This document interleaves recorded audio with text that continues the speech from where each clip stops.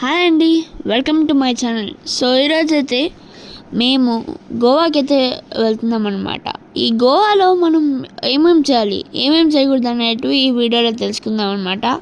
So ఎగ్జాక్ట్గా బెంగళూరులో around 6:03కి అయితే స్టార్ట్ అయ్యామన్నమాట. 1 అవర్ లోపల ట్రాఫిక్ నుంచి అయితే వచ్చేసాము. సో ఇన్ని అన్నమాటలు మీరైతే ఎక్కడా వినుండరు కదా. గోవా బ్యూటిఫుల్ జర్నీని స్టార్ట్ చేసేద్దాం. వచ్చేసరికి ఇక్కడ సూపర్గా అయితే కనపడుతుంది గైస్ నేచర్. ఇక్కడ పెద్ద పెద్ద ఇవంతా వస్తున్నాయి. ఏమైంది అనుకుంటా అంటే ఇవి విండ్ మైల్స్కి ప్రొపెల్లర్స్ అనమాట. అరైవల్ టైం వచ్చేసి 10 గోవాకి అరైవల్ టైం కాదండి ఇది.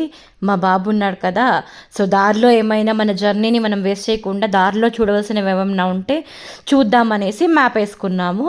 వీడైతే తుంగభద్ర రివర్ ఉంది అన్నాడు, సో దాన్ని కూడా కవర్ చేసి వెళ్దాము, ఎట్లాగో దారిలోనే కదా అనుకున్నాము. బట్ తీరా అక్కడికి వెళ్తే అది ఇలా ఉందన్నమాట. సో తుంగభద్ర రివర్ ఇది. బట్ మీరు ఒక బ్యూటిఫుల్ ప్లేస్ని ఎంజాయ్ చేయాలనుకుంటే తుంగభద్ర డ్యామ్ అని కొట్టి అక్కడికి వెళ్ళాల్సి వస్తుంది. మనం వెళ్ళే జర్నీ నుంచి ఆల్మోస్ట్ మళ్ళీ 2 అవర్స్ మనకి లేట్ అవుతుంది. మీరు కన్నా వెళ్ళాలి అని అనుకుంటే మీరు ఓన్లీ గోవాకే ప్లాన్ చేస్తే మీరు అక్కడికి కూడా వెళ్ళి గోవాకి వెళ్ళొచ్చు. బట్ మేము గోకర్ణ కూడా ప్లాన్ చేసాం కాబట్టి తుంగభద్ర డ్యామ్కి వెళ్ళలేదు, జస్ట్ ఆ రివర్ చూసుకొని బయలుదేరేసాము. మీరు లాంగ్ జర్నీస్ చేసేటప్పుడు గాయస్ కొంచెం జాగ్రత్తగా చూసుకొని వెళ్ళండి.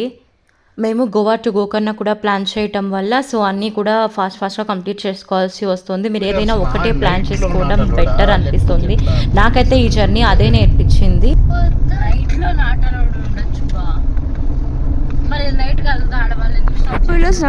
బోడేస్తారు కానీ మేము ఇందాక ఏదో చూసామే.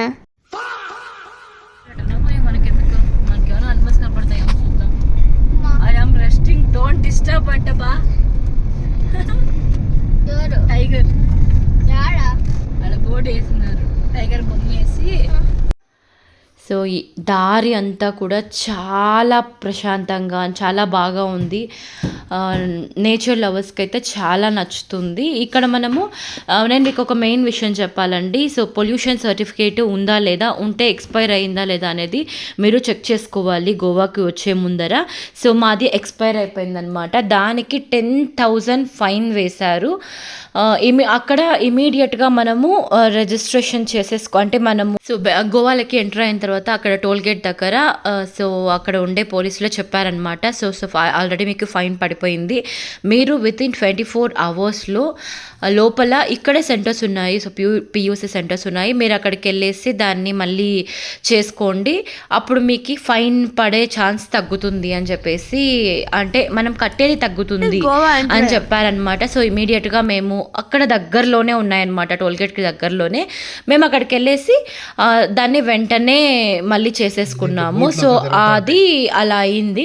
ఒకవేళ మనకి అది 10,000 ఫైన్ అనేది క్లియర్ అవ్వకపోతే ఆల్ ఓవర్ ఇండియాలో ఎక్కడైనా సరే మనం దాన్ని ఫైన్ కట్టాల్సిందే అండి, వదలరు. అది కొంచెం జాగ్రత్తగా చూసుకోండి. ఇక్కడ మేము ఇక్కడ చూడండి, మా మమ్మీ ఒక క్యాలీఫ్లవర్లో ఎలా పడిపోయిందో. ఓల్డ్ గోవాలకి వచ్చేసామన్నమాట. అక్కడ ఉడిపి హోటల్లో మేము ఫుడ్ అయితే తినేసి మళ్ళీ స్టార్ట్ అయిపోయాము. డాడీ పోయినాడు తల్లి.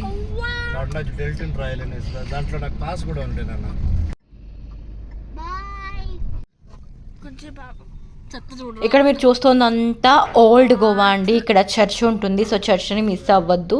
మేమైతే టైం సరిపోగా చర్చ్కి వెళ్ళలేదు.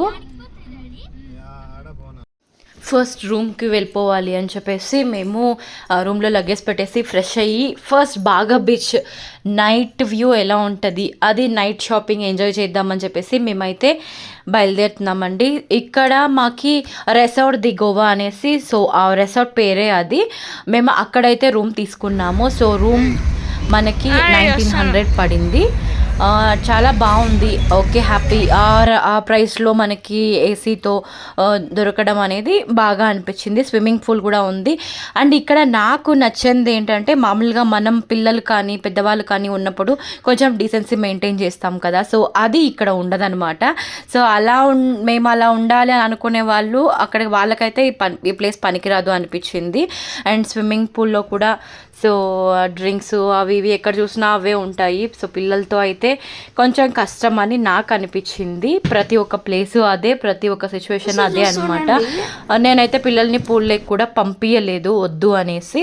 బట్ ఇక్కడ బీచ్లో కూడా అలాగే ఉంది. మనం అవన్నీ పట్టించుకోకుండా మనం పాటికి మనం ఉండాలి అనుకుంటే ఓకే, హ్యాపీ ప్లేస్, ఎంజాయ్ చేయొచ్చు. బట్ అలా అనుకుంటే మాత్రం కష్టం అనమాట. సో నాకైతే ఫస్ట్ రోజు అలా అనిపించింది. బట్ తర్వాత అడ్జస్ట్ అయిపోయి నేను కూడా ఇక్కడ ఎంజాయ్ చేయడానికి చూశాను అనమాట.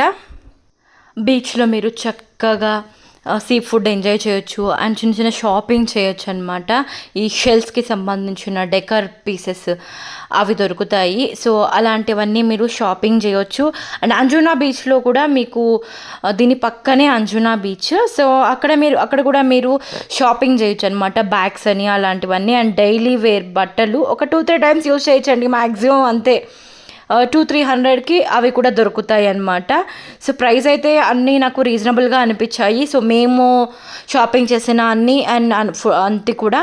అండ్ రెసార్ట్ ది గోవా గురించి చెప్పాను కదా, సో అక్కడ మనకి ఫుడ్ అయితే చాలా బాగుందండి, స్పైసీగా చాలా బాగుంది. మీరు అక్కడ ట్రై చేయాలంటే ట్రై చేయొచ్చు. రూమ్ అండ్ ఫుడ్ రెండూ కూడా మనకి రీజనబుల్గా ఉన్నాయి.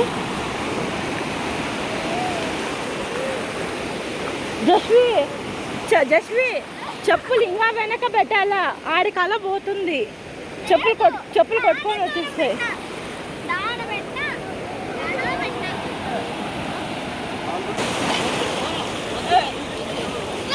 వచ్చేసండి చాలు చాలు నాకని చాలు.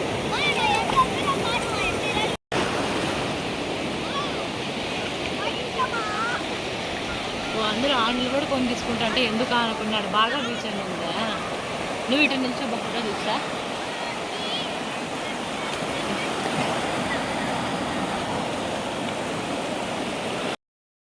సో మీరు పిల్లలతో బీచ్లోకి వెళ్ళేటప్పుడు దయచేసి సన్ స్క్రీన్ యూజ్ చేయండి. మా ఫేసెస్ అయితే దరిద్రంగా అయిపోయాయి. 1 డేలోనే చాలా అంటే చాలా చేంజ్ వచ్చేసింది. సో మాకు ఆ ట్యాన్ వదిలించుకోవడానికి చాలా టైమే పట్టింది.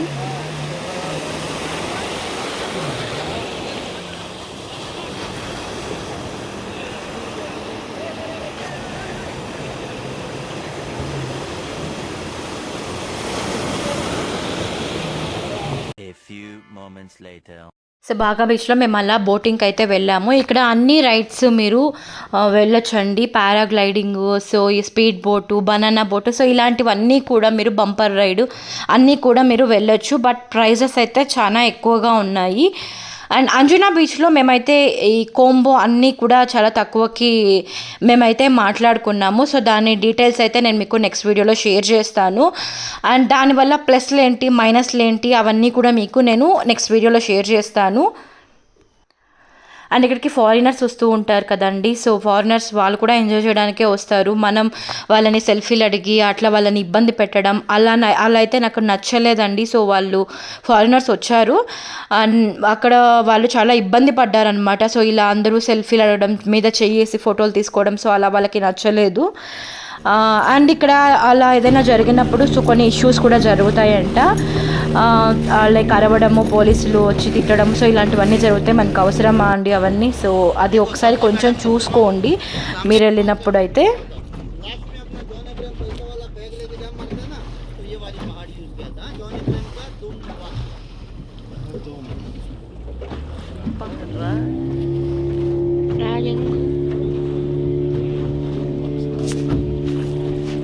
బాగా బీచ్ దగ్గర ఎంజాయ్ చేసినట్లు ఇంకెక్కడ మనమైతే ఎంజాయ్ చేయలేమన్నమాట. సో నాకైతే అది బాగా తెలిసింది.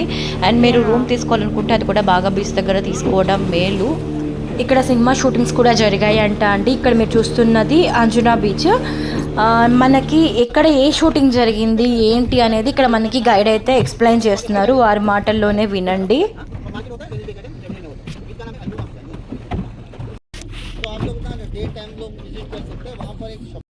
ఇక్కడ బోట్ రైడ్కి అయితే 350 పర్ హెడ్ ఛార్జ్ చేస్తారనమాట. సో ఆల్మోస్ట్ 40 మినిట్స్ రైడ్ ఉంటుంది. మనకి ఇక్కడ చుట్టూ ఉండే ఐలాండ్స్ అండ్ అవన్నీ కూడా ఇప్పుడు మనం చూస్తుండేటివన్నీ కూడా అవే అనమాట. మా వారు మమ్మల్ని బీచ్లో ఎంజాయ్ చేయమని వదిలేసి ఆయన అయితే హ్యాపీగా హెడ్ మసాజ్ చేయించుకుంటున్నారు, కొంచెం అన్నిటికీ రిలీఫ్గా ఉండాలి అనేసి.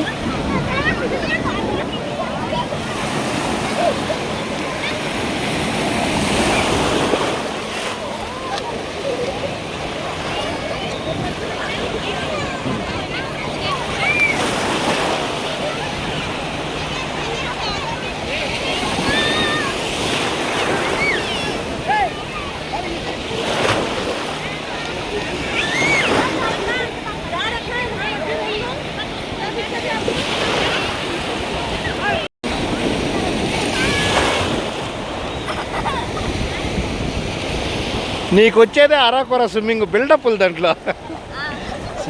స్విమ్మింగ్ చేయరా చూద్దామా? స్విమ్మింగ్ చేయ స్విమ్మింగ్ చేయ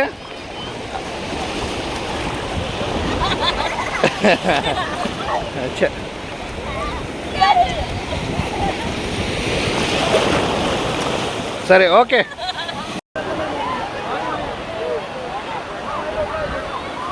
హలో సార్, ఫస్ట్ సేజ్ ఉన్నాయి సార్ మీ లోపల.